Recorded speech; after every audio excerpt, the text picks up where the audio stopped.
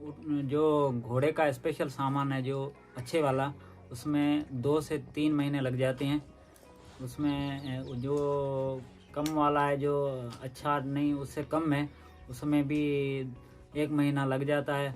और गाय का या भैंस के गानी है उसमें भी 10-12 दिन लग जाते हैं।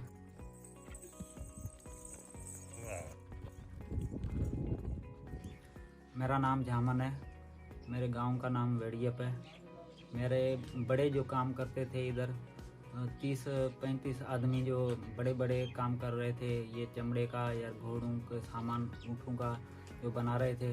अभी तो मशीन का काम चल रहा है, इस काम का वैल्यू जो आस्ते आस्ते ख़त्म हो रहा है। अभी जो 10-12 आदमी जो काम कर रहे हैं इधर, और घोड़ों का ऊँटों का सामान जो ऑर्डर पे भी बनाते हैं, इसका रेट जो है अभी तो आपको पता होगा, और महंगाई भी बहुत बड़ी है।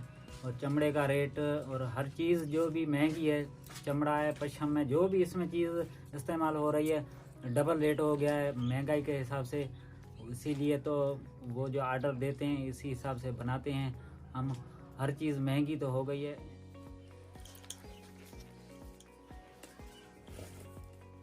में मुख्तलिफ जगहों पे मेले भी लगते हैं, जैसे कि समन सरकार है, वहाँ भी हम जाते हैं और सामान लेके जाते हैं। वहाँ बहुत घोड़ों आते हैं, वो लेने वाले भी बहुत आते हैं, तो हम हमारे से वो सामान खरीदते भी हैं। चमड़ा तो अभी जो देसी चमड़ा है वो तो बहुत महंगा हो गया है, लेकिन हथरादू चमड़ा जो है वो 3 से 4 हज़ार रुपये किलो मिलता है अभी।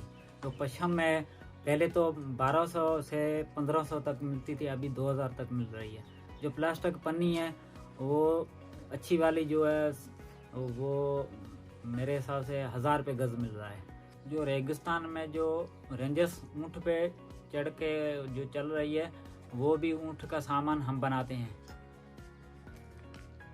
अच्छा, इसका रेट जो कम होने की वजह से हमारे जो बच्चे हैं उसको भी नहीं सिखा रहे हैं। और जो हमारा सामान है और ऑर्डर पे इंडिया से लेकर पाकिस्तान में और सिंध में जो भी और भी कहीं बाहर मुल्क दुबई तक मेरा सामान जो ये बिका है।